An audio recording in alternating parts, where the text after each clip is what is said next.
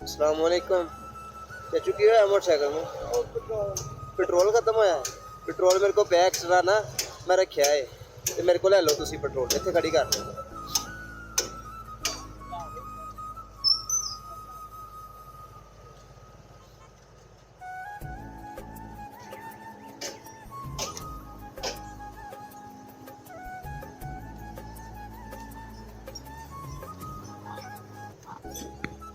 ਤੁਸੀਂ 91 ਜਾ ਰਹੇ ਪੈਟਰੋਲ ਤੁਸੀਂ ਕਿੱਥੋਂ ਪਵਾਉਣਾ ਸੀ ਹੁਣ?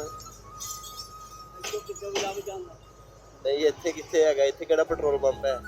ਸਾਰਾ ਪਾ ਹਾਂਜੀ ਸਾਰਾ ਹੀ ਪਾ ਲਓ, ਸਾਰਾ ਹੀ ਤੁਹਾਡੇ ਵਾਸਤੇ ਹੀ ਆ।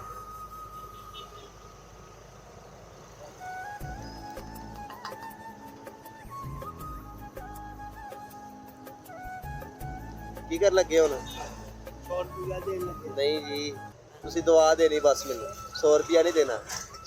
ਹਾਂਜੀ ਸ਼ਾਮੀ ਓਕੇ ਜੀ। ਅਗਲੀ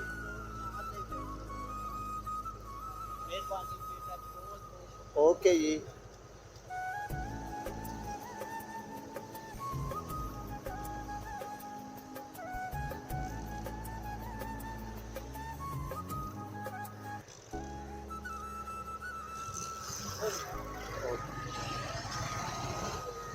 बाबा जी बच्चे को कह रहे कि देखें ये दुआ के नाम पे पेट्रोल देते हैं और बहुत ज़्यादा खुश हुए, ठीक है ना।